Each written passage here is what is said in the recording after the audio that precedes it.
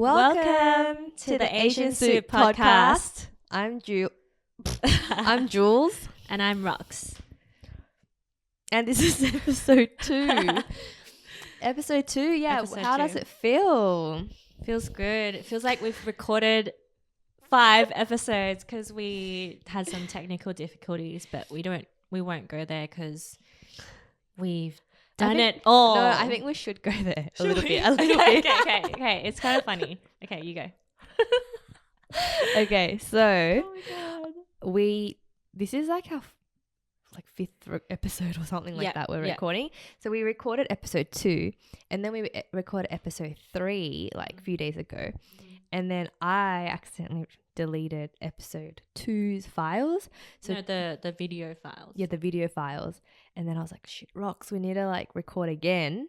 So we recorded the episode 2 video again Mm-hmm. today. And then we realized that it wasn't recording. Well, my mic wasn't picking up sound. Is it picking up sound now? I really hope so because there's like only 2 lines here. Usually there's 3. But then I tested it before, so Testing. I think it is recording. yeah. Anyways. Trust. So yeah, and then we lost our audio today because I don't know, I pressed the wrong button or something, or I don't know. So this is our 3rd time trying to record this episode.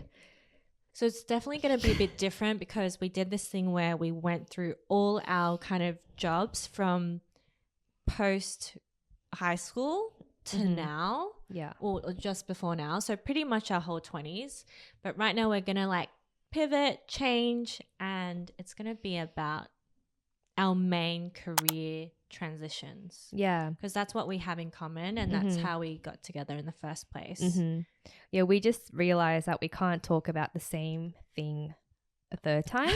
So we thought we need to talk about something a little bit different and focus it on the transitions, which I think will be really, really interesting. Yeah. Because career transitions, they're not easy.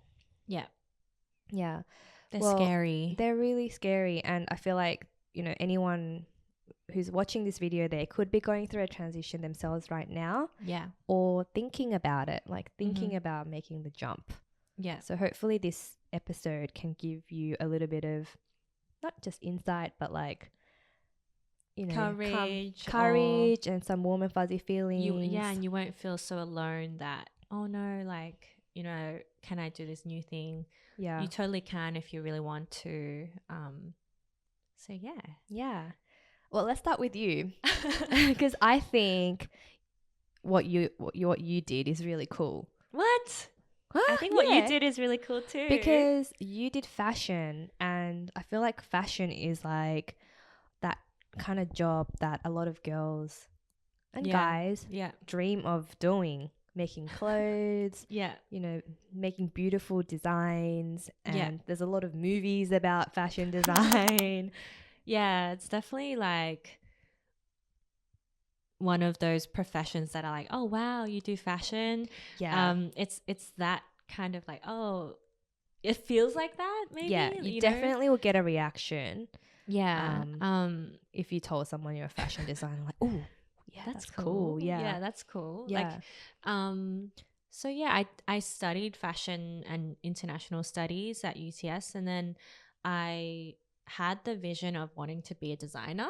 And my first job out of uni was a design assistant at Jules, and that used to be like a party dress shop in Sydney, Australia. It was pretty big, and we would design bi-monthly ranges, and it's pretty crazy because I had 3 different designers on top of me at the time like leave the company, and then there'd be a new one coming in, and I was just this assistant, and I'm like, okay, in a short space of time. Yeah, it was just a high turnover rate at that company. Not a good sign. Yeah, that's not a good sign. So yeah, that was really interesting. I learned a lot like about, you know, making tech packs, doing CAD drawings, preparing things, sampling, and yeah, it was definitely still like, oh, well, you know, at least I got my foot in the door. and I was really appreciative of that. And then I worked after that as a small designer in a smaller company. And with that one, I got to go to China, and we went to fabric sourcing and met our kind of factories and worked with those people. And that was pretty cool to like travel for work at being pretty young. And then learning, you know, kind of just learning to run a whole brand or design for a whole brand from scratch, like from start to finish, and do the photo shoots, you know, manage interns, choose fabrics, prints, work with the bosses directly, present your range, do mood boards. Like it was very creative, like it was fun. But at the time, for some reason, I like freaked out and I was like, this is not what I thought it would be. But that's crazy because everything that you just said, it's like, oh my God, that was sounds like the so dream, right? fun. Yeah, like yeah. it's creative. Like, oh my God, sourcing materials. You get to go to China. So it doesn't make sense that you didn't want to do it. I know. Well, it was pretty tough. Like I worked a lot of hours, being in fashion, and at that kind of brand, it was pretty much fast fashion. I wasn't really happy with what I designed. Like I wasn't, you know, it's quite a day-to-day dress or very simple stuff with a print or something. For me, it wasn't that pure design creativity, like you can do whatever you want, because at the end of the day, you need to make something that sells and think about the customer. And who made the calls was the boss and marketing manager and a branding manager. And I just thought, wow, like I want to call the shots. Like, so was there like an experience there where you were like, you put a lot of work and creative, like, oh, this is so cool, I'm proud of this, and then did you get shut down or something? Yeah, I got shut down a lot. Really? And then I think at the time when I wanted to transition, there were a lot of my fashion friends or even my old colleagues at work. They were like, oh, don't let it beat you down. Like, you can keep going in fashion if you want to. Like, you're a good designer. Keep going. You'll be fine. Like, I think a lot of people were worried that I was giving up on my dream. Like, and a little bit of it was, it felt like that. Do you know what I mean? Like, my dream was to be a fashion designer. Yeah. Or like, you know, and like my original, I always wanted to work overseas in fashion. So I always wanted, oh, maybe I can take this to New York, London, or Paris, or Hong Kong as a designer. And then I just kept getting, maybe I felt getting, beaten down or whatever. But then I just lost that fire for design, because what I was designing, I didn't feel very inspired. It might be like, oh, you know, let's do this top for next season. It did really well last time, but let's just change up the print a bit, or let's just change the fabric, or how can we make it? How can you find another fabric that's cheaper than this so we can make a higher margin on it, or something like that. It's very it becomes very technical and very repetitive in a different way, but like, I don't know, I just lost my love for it, which is kind of sad, because I just was less interested in it.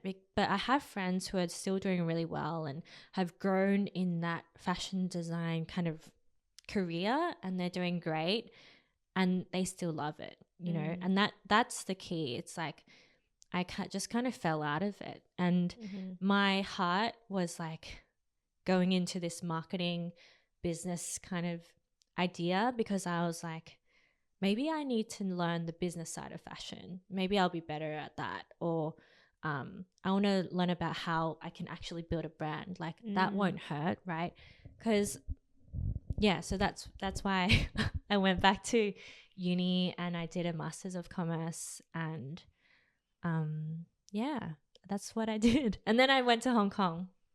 The master's degree. Yeah. So you did I keep bringing this up, this is the third time, but I think it's crazy that you did a master's degree. It requires it's a huge decision to make. Yeah. And doing something in commerce, that's pretty drastic from fashion. Yeah.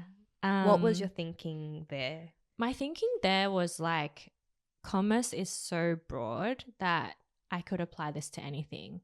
And if I do marketing, because I wasn't really interested in finance, I wasn't interested in accounting, I wasn't that interested in, I was a little bit interested in data, but I wasn't passionate about it enough. I thought marketing, like, I could still create campaigns. Like, there's still creativity in marketing, and I thought that was still pretty cool. And yeah, I was really looking into marketing roles in or outside of fashion. And for some reason at the time, I thought a master's degree would help. Yeah. And to some degree, obviously did, because it helped me transition. It helped me transition, even though it was my third degree. I probably didn't need it. I could have probably done a shorter course at a college somewhere, or actually just get work experience. Like, what I'm saying is, you don't have to do a master's degree nowadays to pivot. Nowadays. But back then, we didn't have things like that's General true. Assembly. Yeah, and that's true. All those YouTube videos. That's true. All those YouTube videos. Like this that's one. True. That's true. So yeah, that was like my way to kind of pivot. And it was scary. Yeah. Like, it was scary to actually quit and, you know, go back to getting a casual retail job, studying full time, working Saturdays at like this wedding boutique I was working at, doing like kind of uni projects or extra programs. Like, I did this QLC quarter life crisis program, which was this remote internship. So they matched me with a Singaporean brand company, and we did like an internship project with them. So it was really cool that startups were just starting to build, and, you know, anyone could work remotely. Like, you know, you don't have to be in that country. Like, you can work with someone in Asia, like from home or whatever. But yeah, after I graduated, I went to Hong Kong, and I was working for the startup Quarter Life Crisis, and we went to Shanghai. Shout out to my old boss, like Will and Faye. So I'm saying this for the third time, but Will was suggesting this lighting, so thanks, Will. But they were really cool. Like, they came from a consulting background actually, and they started this new startup, and they're all for professional learning. Like, even though you're already in your career, people in their career still want to learn and upskill, right? So they kind of have this platform called New Campus. I'm going to insert it here. And they're doing really well, and they're really inspiring, and they're still doing their startups. So yeah, it's really exciting to see what they come out with and how they kind of, you know, drive new ways of working, not just the traditional route. So it was really cool working for them, and we got to go to Shanghai and do an accelerator program. And yeah, at the time I like moved to Hong Kong. I feel like I'm talking so much about my one now. But then, yeah, the reason why I moved to Hong Kong was because I was born there, and I felt like, you know, I had relatives there. It was a relatively like easy transition to move to somewhere where I've been a lot, and it was quite familiar to me, so it wasn't as scary. And my parents felt like, oh, you know, you have family there, like, you know, they were pretty supportive of me moving.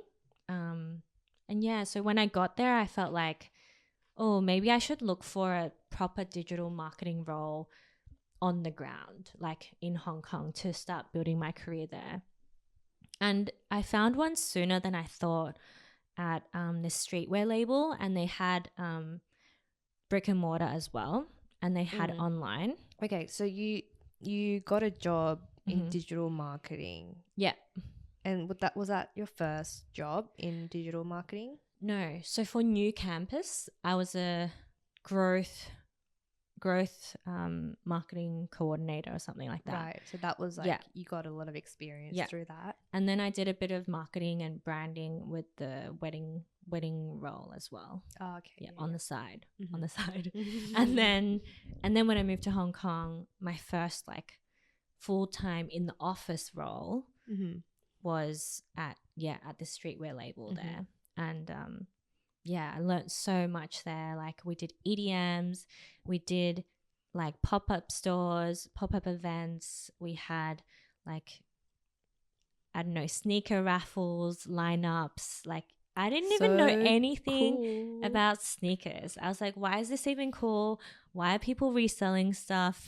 Why can't we post this in time? Like on this day, like it was a whole different world to me. Yeah, it's huge. And people care so much about sneakers. Oh my God, yeah. It's insane. So much. And they spend so much money. It's crazy. Yeah. And so, yeah, I really value that experience. I got to like go on shoots. So I already had experience on shoots. So I got to do that. I got to like touch on working on the e-commerce site, running promos. Like we just think, okay, like it's Cyber Monday, let's do something. And like my managers at the time were really supportive.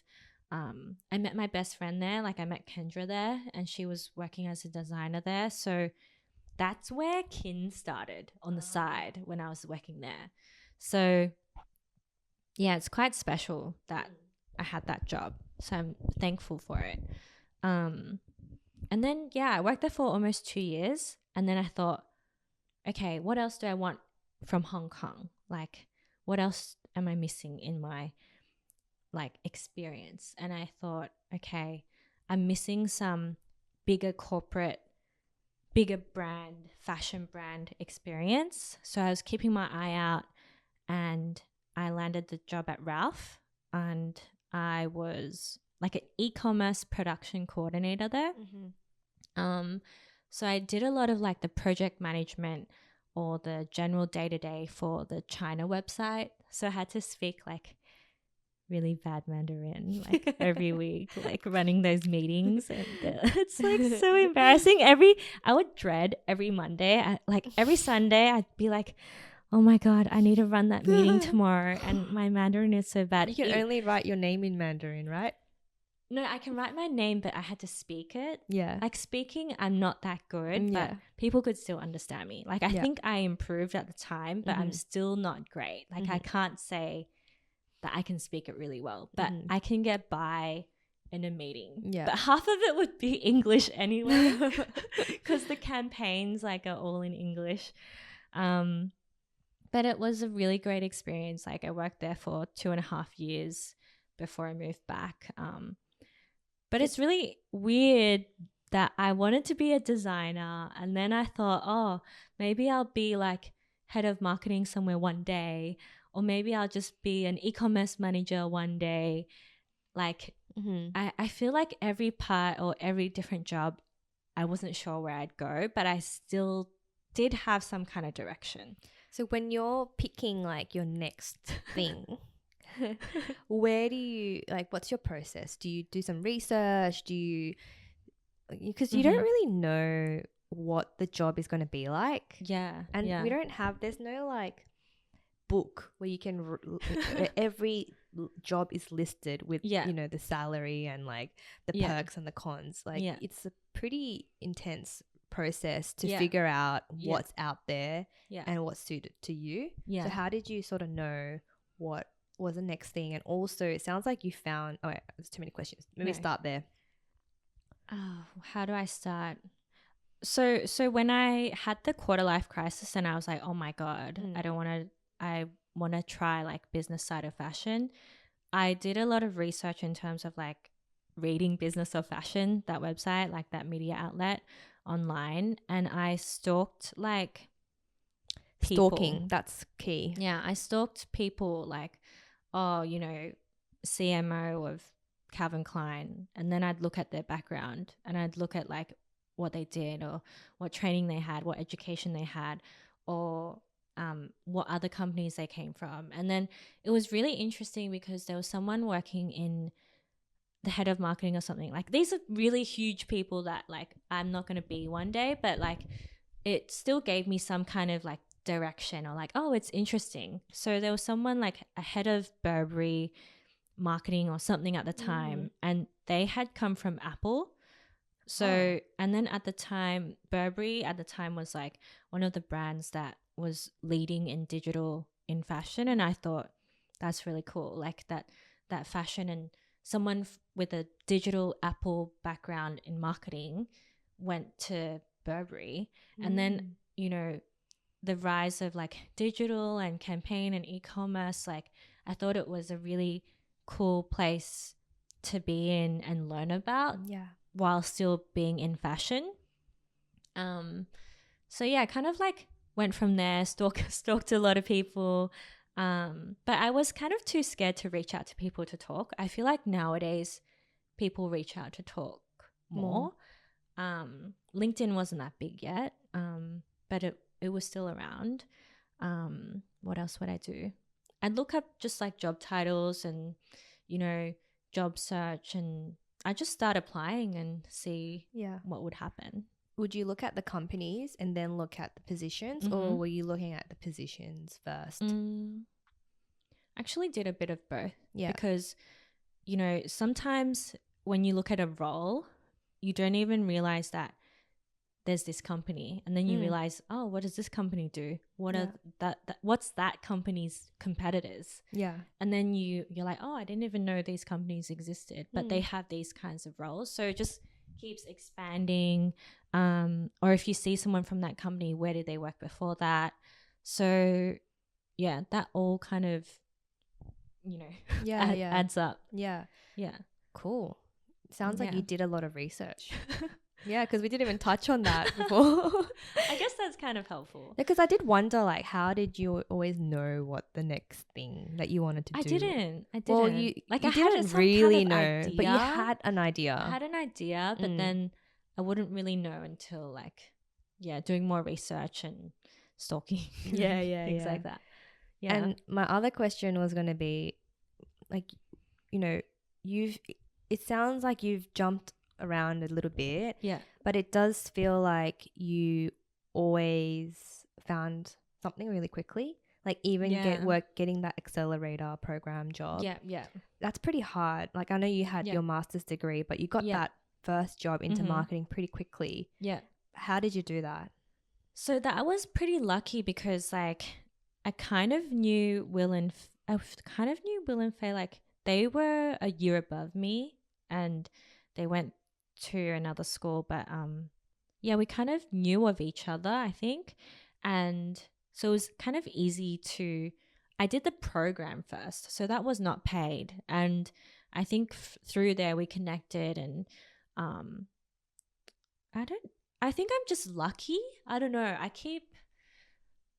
I'm always doing something. I'm always doing something, and I always like just try, and I'm not the type who's very focused in my applications. Like, sometimes I'm focused, but I have gotten so many rejections you won't even believe. Are you one of those people who have one resume and you just apply it to like 20 jobs? Sometimes, but then I'll have like a more focused day where I'll do the proper cover letters, but I'll just be like, I think I could do that maybe. Like, why not? It doesn't hurt. To me, I'm like, doesn't hurt. Just do it. Just apply. Just do it. Yeah, just do it. And then, but I've gotten so many rejections. Like, for me, I think it takes hundreds of applications till you can get anywhere. But I think some people are like, if you spend time for a more focused application, that's also a good way to go about it. But I've gotten a lot of rejections as well. I think you said that you're lucky. But I do feel like you create the luck too, because you've done so many internships. I think you did like, how many internships? Like 5 or something like that. Like all those fashion ones. Like, how many unpaid internships did you do? At least 5. At least 5, right? So you're a doer. Like you just put yourself out there, and even you know like the experience is valuable, and even like that program that you did that as well. Yeah. So you create opportunities for luck to happen. Yeah. There's a lot of free stuff, extracurricular stuff out there, and I don't even think I do that much, but there's still a lot out there that even now I was doing like some mentoring thing outside of work, like with my old uni. So there's always different things you can do, or even volunteering or You're always I need to doing do something. more volunteering. We should do more volunteering. We should do something together. We should. We should. We could. Yeah, for sure. Yeah.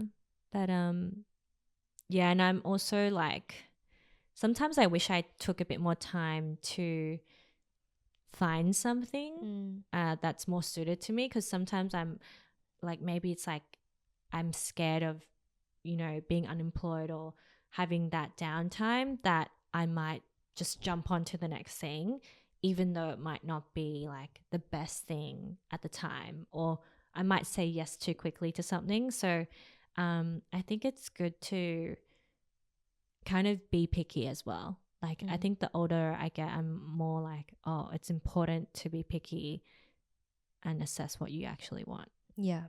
Yeah. Would you say that you're impatient? Yes. I'm so impatient. Like I think when I was in my 20s in particularly, I was so impatient. I always thought, how am I going to get to the next step? But it just takes work. Like if I could talk to myself back then, I'd be like, chill out. Like just keep doing what you're doing and you'll be fine. Like, yeah. Yeah. How about you? Okay. Because you've done a few different things as well. So I guess for me, the transition, I've transitioned quite a few times, and I'm really glad that we're talking about this topic, about the transition, because I feel like it was something that was really hard for me, and you know, the feeling of feeling behind and that I've wasted time, like those things come up.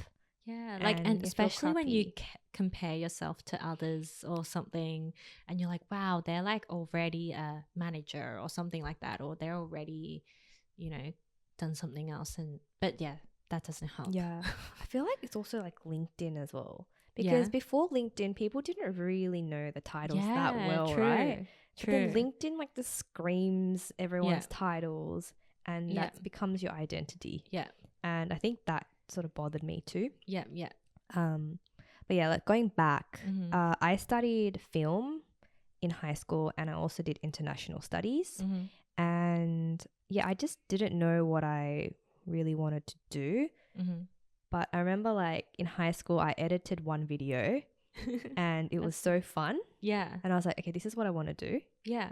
Cool. Because that was the only time when I felt really excited. Like, this is really, really cool. Yeah. And in high school as well, I used to always create videos from my 3G flip phone, like LG flip phone. So cool. It had like a pause button, and I would like make little transitions, like would pretend to like disappear and stuff like that. Back then. And Yeah. And I would make like music videos. I made all my high school friends like lip sync and do crazy weird stuff. That's so cool. And I never I just thought that's me, and I didn't really think anything of it. But now when I look back, I'm like, wow, I enjoyed making content. Like, I had so much fun doing that. Yeah. But yeah, back then it was just a fun thing. Yeah. And I thought, okay, well, I made this video using iMovie. I had so much fun. It's something that I wanted to stay up all night for. I must want to study film. Yeah. And that just makes sense. Yeah, like, yeah. You actually liked doing that. Yeah. So it does make sense. Yeah. And I know that a lot of my friends around me at the time, they were studying law, commerce. A lot of my friends, like a lot of people around me were studying commerce. I don't know about you, but was that the same for you? A lot. Yeah. I think a lot commerce. My friends are also really smart. So you guys inspire me. But I also felt like you guys are also smart. But I felt like I was like the one who was never doing anything like the proper way. because I was doing fashion. I was going to ask you that as well. I was like, doing did fashion, you feel and my like, friends were doing like engineering and like health. Did that ever scare you that you were doing something a little bit different?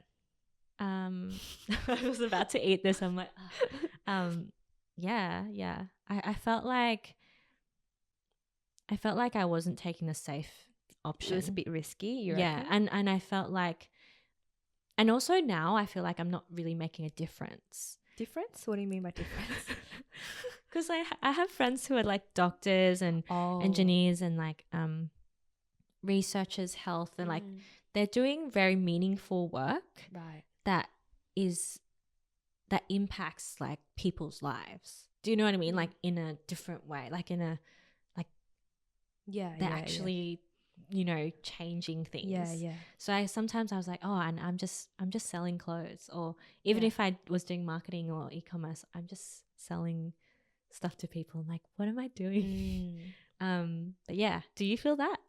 Yeah, I felt like I was doing something really different, and I also went to like a different uni to all my friends as well. So I felt really like confused at uni, and I was just like, is this the right thing for me? And I haven't said this to you yet, but I felt super out of place at uni because it's a comms degree. Yeah. Communications degree. Yeah. I've never felt so out of place, actually. Why? Yeah. Why? I mean, there were some Asians there. Yeah. But I just felt like, what am I doing? Like we had so many essays, so many presentations, and I'm just like, I hated doing essays in high school. Yeah. I hated it. Like, why am I only writing essays right now? I mean, there was the practical side, but even the practical side scared me. Like learning about like the lights and cameras and mics. Like, I'm just like, this is so technical for me. It's very important. It is important to know the technical stuff, guys, but it was really not interesting for me. It was, I think it was maybe too theoretical. Oh, yep. And I just thought, I don't know, I thought I wanted to do it, but when I actually did the course, I didn't want to do it. But then because I don't know why, but I told myself like, this is really hard for me, but I'm going to finish this course. I don't know why, but I promised myself that I'm going to finish this course, even though I really didn't like it. Yeah, because like a lot of people don't like something and then they change their degree. Like after first year, they might change and do something, some other degree, but you just stuck it out. I don't know why. But I feel like you do like the course. Like you do like media and like you do like film. Yeah.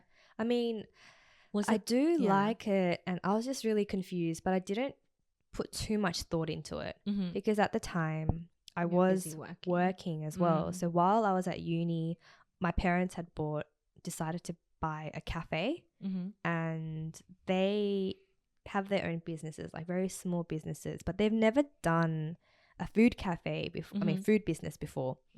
It was exciting for me because it's like cool, like we're gonna make, you know, I've always wanted to be a chef, like this is so exciting. And I started working there, and that was my first job. Some of my friends came and worked with us. It was really fun, but it started getting really tough. Like the hours are getting really, really hard. 7 a.m. to like 10 p.m. and then that's really long. I would sleep at like midnight, and I wake up at like really early. And I remember we had like a lot of outdoor seating. And I would have to like drag the tables and chairs. There was so many tables and chairs. It was heavy. Oh my gosh. So where was this? What suburb? In like northern suburbs. Oh no. Like North Shore area. Gosh. Yeah. And honestly, that location tiring. Right now is a dud. That place, nothing does well there. Oh, really? Even though the rent is super high. Yeah. So it was just a really bad business decision, like looking back at it now. Yeah. And yeah, I just felt I had this like duty that I had to like work there. Yeah. And I was working like 6 days, 7 days, like sometimes 12-hour shifts. Sometimes I would do like back to back to back to back.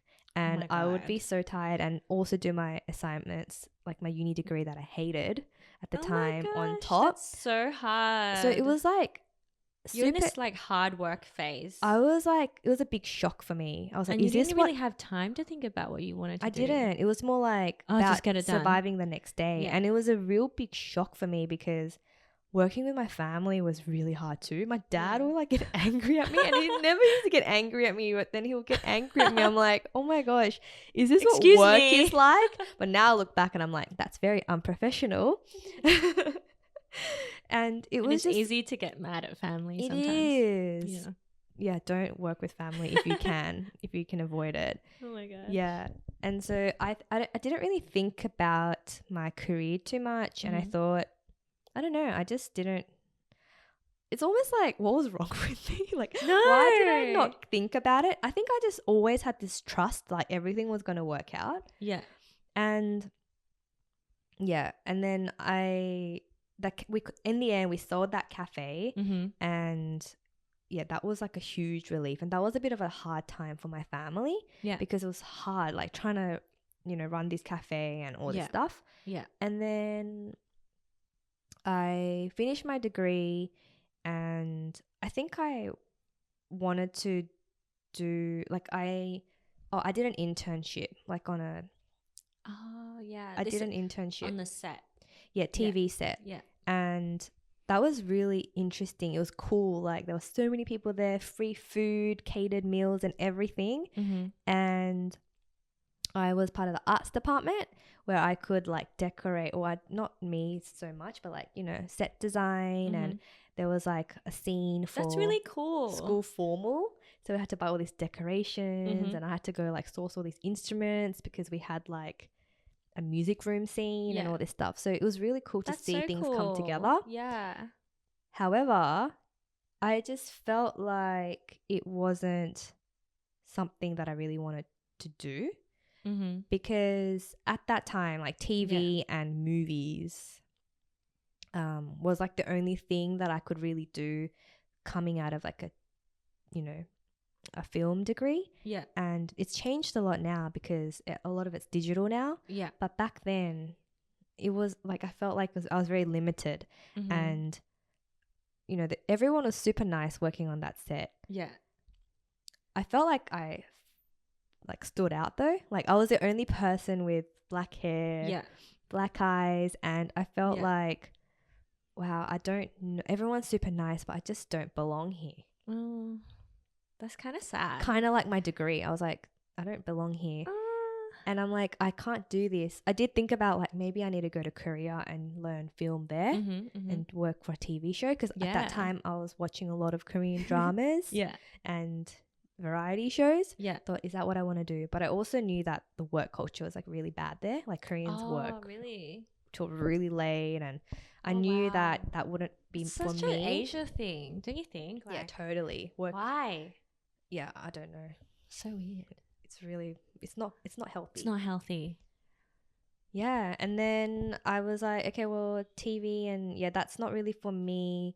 And the cafe thing. I was working at a lot of cafes. Yeah. At the time as well. Like, so after my parents saw that cafe, I was working at a bunch of other cafes, and I got really like passionate about that because I love food. Yeah. I love people.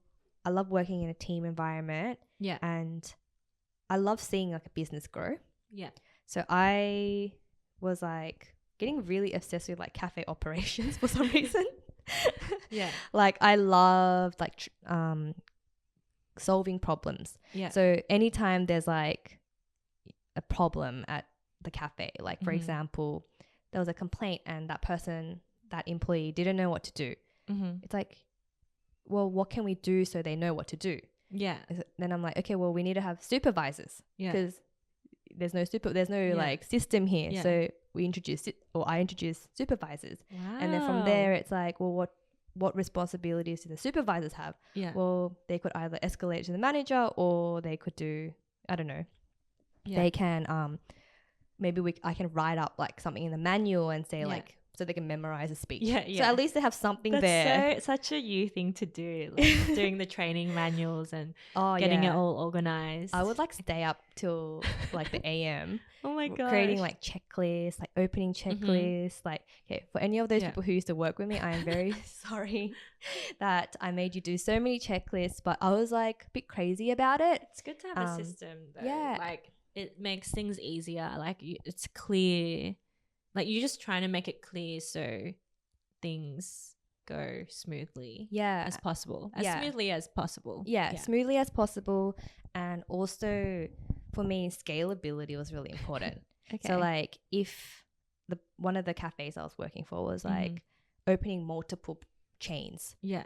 So that's hard. Yeah. So it's like, well, how can we, I was faced with problems like, how can we open 5 shops in 1 week? Yeah. Whoa. Yeah. Then I'm like, okay, well, we need training manuals, and the supervisors from this cafe needs to go out, and they need to, I can't train everyone now. They need to train. Yeah. So I need to come up with a way to, so I can train what I want to train, but through other people. Yeah. Yeah. What do I need to do that? I need a training manual. Yeah. So I created a lot of training manuals, like checklists, and even food, like took lots of photos of food, put them up. I was obsessed with laminating. Yeah. Everything had to be laminated. This is how it should look like, guys. Don't send it out unless it looks like this. Yeah. Because a lot of the staff were like high schoolers. So you want to make it super, super clear so that anyone can come and learn, especially in hospitality when the turnover is so high. Yeah. And so I just like was really like into it, and it was super fun to see these things that I created work. Yeah. And the people that I work with, my teams, they loved it. They're like, oh my God, helpful. It's so much better. Like, and stuff like that. And I felt that was really rewarding. Yeah. And so the next sort of step for me was like, okay, well, I probably want to open a cafe. Oh. You know, like I want to do this. That's like the next step. Did you ever think of like your cafe names? Yeah. Yeah. Yeah. Are you going to, can you share? Oh, no. So for later. Well, one of them was Pepper Gray. Oh, that's like your doggy. Yeah. That's cute. Pepper Gray. But I ended up using that name for another project. Yeah. My website. Your website. peppergray.com if you want to check it out. I still need to meet Pepper. Oh my God, you haven't? Yeah. I was thinking of bringing her today. Yeah. I want to meet her. So what was I up to? I was saying manuals and scalability. Yeah. Oh yeah, and then I wanted to open my own shop. And so that's sort of like where I was heading. I was like going hard. Anyone who knew me knew that I wanted to open up a shop. Yeah. That was a clear vision then. It was a clear vision. Yeah. And I knew I wanted to do that like so badly. Like I knew I could do it. Yeah. I just knew I could do it. You can if you want to. I can. I can. You can. But what I realized is that if you want to open up a shop, you need money. Yeah. You need capital. Yeah. And a lot of it as well, because you need enough money as a buffer if it doesn't go well. Because I learned from experience with my parents' cafe. Yeah. So I was like, I even talked to like some people who wanted to invest in us, and that's when I sort of like understood a little bit about investing. But I didn't get it. It's like, why would they make money when I'm working this hard, but just because they put in money? Like I couldn't justify that. Yeah, yeah. So you want to be the sole owner, but that's also hard because you need the capital. Yeah. So it's like, or you could borrow money from the bank, but then that's also risk because you're in debt. And leases are also like 2-3 years long or something for a shop. Yeah. Exactly. Yeah. So there were like lots of risks, and I just couldn't justify it. And I mean, it maybe if like the profit margins were super, super high, then it's like, oh, at least I know I could get this much, even if it's like if I own 10%. But in a cafe, you're not left with like that much. Yeah. Even though people say like, oh, coffee's so cheap, but then it's like, yeah, coffee's cheap, but you still need manpower. That seat that you're sitting on, it's like, you're cheap. Costing me. That's get out. It's so true. I need to turn this table over. Yeah. And then also it's like, what was I going to say? Mind blank. But like, because if you open up a cafe, it's not just about like the cost of opening. It's also like the cost of keeping it running for a long time. Like, before you break even or whatever. Yeah, the outgoing. So I mean, you've got the fit out, so you got to make back the fit out money. Yeah, yeah. And then on top of that, you've got outgoing. So you've got tax. You've got to pay the water bill. You've got to pay staff. It's a big thing, like having your own cafe. It's really big. Or like restaurant hospitality is not easy. Yeah. And also lucky you didn't do it at the time because of COVID. Like, 100%. Good timing. So you never know, you might go back to it later on. Yeah. And you've already done all that research. So maybe in the future you'll be more ready. Yeah. I mean, I was I'm hoping one day I will open something. But I do feel like a part of that dream has been lived out because I did ramen parties. Oh, yeah. Which is like these dinner parties that me and my partner used to throw. I mean, because I couldn't open up a shop, I was like, I'm just wondering like how to tell this story because it could. There's so many things. So many things. There's so Ramen many things. Party deserves its own like episode one day because you actually got the recipe from Japan. Yeah. We'll save that for like another episode. So we had this recipe and we were like just cooking for our friends, and then eventually we started making for other people, and then the word got out, and then we just started like inviting all these people to our house and throwing these like ramen parties. And you know, Ryder was like grinding as well because he was working. Such a cool idea. That's not. It feels very exclusive because you can't just go to a store to get it. It's like private dining, which is another kind of industry, like, or you know, private chefs kind of thing. Like it has that vibe.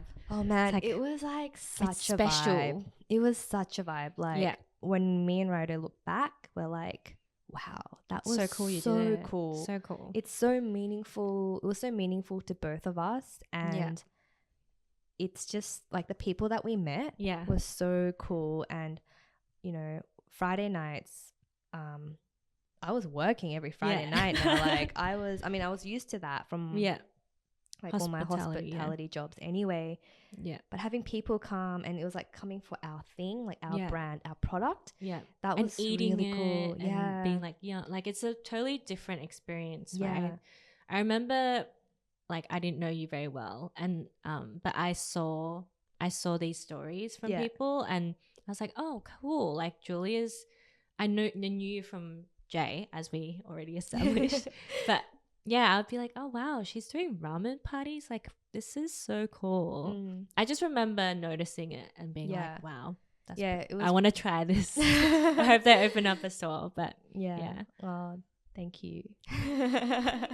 Yeah, it was pretty crazy. And I think like that was when Insta stories were like super in. So everyone who came would like tag us and video us. Yeah.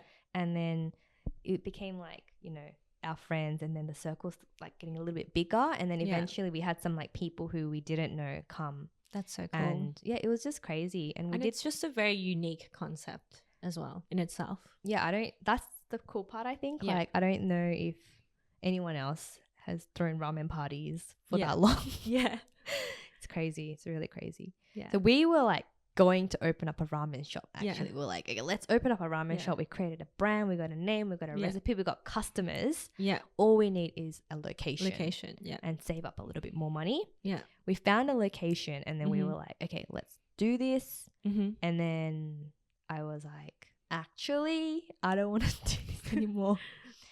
I just had like this sort of epiphany. Like, I think it was really when we got the contract. And we were looking at reading the fine lines. Oh my God, there's something about looking at the contract. Any contract freaks me out. Dude, if you sign your name on something, you know, you are responsible for that, right? Exactly. Like, it's scary. It's so scary. And this was a 5-year lease. Yeah. And my mom kept saying, like, are you sure you want to do the 5-year lease? It's like, you know. Yeah. And I know with like like you're getting this choked. I mean, not choked, but like it's a like, commitment. It's a huge commitment. And I was like thinking, actually, do I really want to do this? This is like have crazy. To be so long? Like, why does it have to be 5 years? This one was long, and that really scared me. And I was like, I don't know if I want to do this anymore. I was like, I had a lot of anxiety. I think that was like, okay, I am someone who gets anxiety. Yeah. It probably wasn't like the worst time of worst anxiety experience, but it was it was pretty bad. Yeah. And I just couldn't, I don't even know, I don't even know what it was like that made me so anxious, but I knew that this wasn't right for me. Because of the safety, like the security. Yeah. It was just, it was too scary. And it was crazy because it's like I've been going headstrong. That's all like you were looking for. Yeah. For this whole thing. And then suddenly I'm like, this doesn't feel right. This isn't right. There's this big part that I didn't think about, which is the risk. Yeah. risk is great, guys, but yeah, take risks if you can allow for it. Yeah. Like there's a line, like there's a level of risk that Exactly. everyone is happy or comfortable to take. Exactly. Right? But maybe you didn't realize that risk was bigger than you thought. Yeah. That was when I really understood that risk has different levels. And I was like, shit, this is high risk because of my situation. Yeah. And also this contract. Yeah. And also, I'm just, I just can't do it. And so I broke the news to Raido and I was like, hey, so you know that like Barbie dream that we had? Like, I'm not doing it anymore. That's it. Like at the time, were you guys just like so upset? Or I was like in my own thing. So I couldn't even like, I didn't even understand like how bad it was for Raido. Yeah. But it's like it was so bad for him because it was literally his dream as well. Both like of our dreams. Of your dreams. Yeah. Just gone. Yeah. And yeah, it was pretty bad. I mean, we didn't fight or anything because Raido is so gentle and gracious. He was just like, you guys are a strong couple. I don't know about that, but you are. But like it's hard, right? And then to go from not doing that, like having this dream, and then to like not doing that, and then what did you do next? Like how do you figure out? Because is this the time where you're had a break and you're like trying to figure it out? Yeah, so I quit my job and I was like, okay, well, I was working at a cafe at the time. I was like, okay, I'm going to do this ramen now. See you later. I'm going to quit. I quit. And then we were like getting ready to do the cafe because we found the spot and everything. And then I was like, I don't want to do this anymore. So I was already out of work for a few months, decided not to do it. Yeah. And then that's when I had my like quarter life crisis. A little bit later though than you. Still quarter life. Maybe you have a longer life. But I was different to you in the sense that I had a long period of unemployment and lots of journaling and reflecting and asking questions. Yeah. And it was pretty, like looking back, it was so needed because I think that's when I got real clarity on who, like what kind of person I am, what is important to me, what are my values and what I enjoy doing and stuff like that. Yeah. And like it was really hard though, being unemployed. Anyone who's unemployed or has been unemployed, or maybe, you know, in this pandemic, I feel like a lot of people have like lost their jobs. Yeah, exactly. If you're going through it, like just remember it's not forever. Yeah. It can get better and use this time wisely to just work on you. And you're meant to be in that place right now for your own for its own reasons. And when you out of it, you'll realize like it was so needed. Yeah. And it's kind of like you're getting through something else. But something I wanted to touch on was like, what's interesting is before that you were just like go, working like almost 7 days, 6-7 days all the time. Like, I think that's really different. Me and you is very different because like maybe you actually didn't have the time to even think about what you wanted aside from that dream. Do you know what I mean? Like you would go, like it sounded like you really needed that time to just reset, like completely reset. Yeah, because I was working so much. So I needed it so badly. Yeah, totally. And I think when I was unemployed, everything became quiet. Yeah. Like as in you're not working, it's just you and yourself and your thoughts. Yeah. So that's when I picked up yoga. Yeah. I just went to this random yoga class and this is the yoga class I want to take you to. But please. He was like his name's Aram. Yeah, he the yoga class was exactly what I needed in my life, and it really just helped me like become maybe a little bit spiritual as well, and also like more, I don't know, I can't really explain it, but that's when I really realized I want to be grounded and focus more on the things that really matter. Yeah. And I don't know, like rather than just keep chasing things, it's like actually what is really important right now. So that's what that time of unemployment was. I was like picking up sewing, watercolor, lots of journaling, and I didn't meet a lot of people as well, which is very unlike me because I'm an extrovert. Yeah, and then I remember like, because that journal that I, wrote in, I still look back at it, and it's like there's a lot of stuff in there. And one thing that I remember is like I did a split the page in half. Yeah. And I thought, okay, if I do a cafe, what are the pros and cons? What about like if I went for a career, what are the pros and cons? And it just made more sense for me to go for the career. Yeah. And I think I just thought, actually, digital marketing, that's something that I've always wanted to do.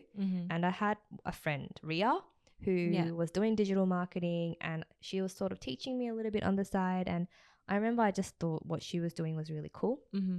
And I thought the idea, because I'm someone who had to physically put my body out there to make money.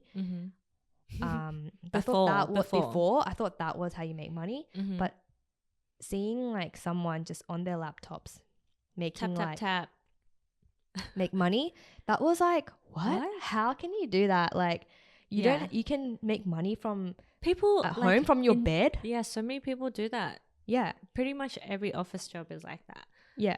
But digital marketing as well, and then the growth of like remote working and yeah. And I was like, this is what I want to do. I don't want to be tied down by location. I want to be able to, even with businesses as well, I knew that if I could get into digital marketing, I could start businesses online, which is what I was always passionate about, but without that huge capital that I needed to start my own restaurant or cafe. So that was super exciting. I was like, okay, this is like really cool. Yeah. I want to do this. And I already had some experience like dabbling in digital marketing, using like doing Instagram accounts and making websites and stuff like that. So I was like, okay, well, let's look for some jobs. So I got a job at I think I was applying for all these jobs and I didn't get a job. Okay. I think I need to make that clear. It wasn't easy. I went for some interviews, got turned down. Yeah. But in the end, what I realized was I was using the wrong keyword to look up for jobs. Yeah. So in the end, when I started putting junior into my role. So anyone who's transitioning, like make sure you're using the right keyword. That's because a good tip. Yeah. The word junior, that I know it sounds a little bit like, oh, I'm a junior, but you're changing careers. Like even my first career in digital marketing was coordinator or assistant or something. Yeah. So you're right. Yeah, that's a good tip. It just helps a lot. Yeah. Even marketing assistant, you needed 1 to 2 years experience. Really? Well, at least the ones that I was looking at. So I feel like you were really lucky. But you had a lot of internships. Yeah, but okay, there's two things. It's like it's good to look for junior, but also like assistant is also junior. Yeah, I think I was different though. And different it's just like this depends on the company. It depends on the company, and it's like this big frustration that it's like, oh, okay, you want this junior role, but you want someone with 5 years experience. Hello. Yeah, what are you talking about? But anyways, tangent. No, I totally. But I was there. It's also like, okay, we should have enough confidence to apply for the jobs we don't think we quite tick all the boxes, but we should just try anyway. That's my thought as well. Yeah. But that definitely would help. Yeah, it did help, and that helped. Yeah, that really, really helped. And I got this I applied for this junior role. I did this task at this agency. Yeah, they turned me down. Yeah, and then they put up another job, and then I reapplied. I was like, actually, I'm interested. Do you remember me? You turned me down, but I'm interested in this other role. Oh, I love that you didn't just not think about it. I think that's a really good. Sign of your attitude. I think I was desperate. I was desperate. My bank, my bank account was really low. Yeah, that's scary too. It was really low. I don't even know if I'm allowed to say it, but it was really, really low. If I was unemployed for another month, I was gonna have nothing. Yeah. So and I had to pay rent. Mom and Dad. And then, exactly. And I didn't want to do that. Yeah. So I was I was getting really desperate. Because I had some cards that I was saving up, and one of them was going back to my old media job that I had that I didn't mention in this episode, maybe later. Yeah. I was like, maybe I could go back to that other job. Yeah. So I did have some backup plans, but I was like, actually, I want to try this marketing role, digital marketing role. So I applied there, and then I got the job, and So I good was you really anxious then as well. Yeah. I was really, really anxious. I think it was like the insecurity of not having a job. I was for like, so long. yeah, and I was like, I've been out of work for, I better do good. Like, I was like, are they going to tell that I'm like, because I'm like, it's when hard. I'm confident, I can be confident. But when I'm not confident, I'm really not confident as well. And I was not in a good place then. Yeah. But they hired me. They hired me. Yeah. Like, there were 3 of them, the bosses, and they were asking me about Ramen Party. And then they kept asking me about Ramen Party. I was like, in the interview, I was like, are you guys is this an interview or are you guys trying to invest in me in my business? I think that's what's awesome about interviews is that when they're more of a conversation and they're interested in you as a person, not just like you're on paper, like totally. And I think it's really important to appreciate that you're sharing more about this struggle, like the hard time when you're unemployed in this re-recording because you didn't really go deeper before, and I feel like a lot of people will find this really like vulnerable but also really helpful because it's not easy to share like the tough times. And I think it's really like nice that you are. And thanks. No, but it's really important because like, you know, I have friends who have been made redundant or other friends who are transitioning into different careers or whatever. And, you know, it can take 6 months to a year and a half, like, of not knowing. And that's scary, right? Yeah. I think it was so frustrating for me because I was so good at my job before. Yeah. And I knew that I thought outside the box and I had some leadership skills from, you know, managing like high school kids. So many cafes. Like, and so I felt really frustrated. I'm like, is this what it comes down to? Like, I got to start from scratch again. Yeah. And it was really, really tough. And how old was I? Like 29. Yeah. Yeah, and the fear of being like, oh, I'm almost 30. What have I done? You know, like, I hate that as well. Yeah. But we're after 30 now. But like, it's that that expectation we put on ourselves, like, oh, this is what we should have had at this age, or you know, but everyone is so different, and everyone's journey is their own. Right? Yeah. I thought I would be like a cafe owner, have my own business, and be really cool and stuff like that. You are really cool. Oh, thank you. But here I was, like, starting a whole new career from scratch, and I don't know. And also feeling really pathetic as well. Like, I felt so, because I was so anxious. Yeah. And I was like, oh my God, are they gonna, it wasn't really good for me at that time. But I got the job. You got past it. And you worked there for like a couple years. I was there for 2.5 years. Yeah, I still talk to my bosses now, and I always say thank you for hiring me. I'm always grateful, just because I was such a crappy time in my life. Yeah.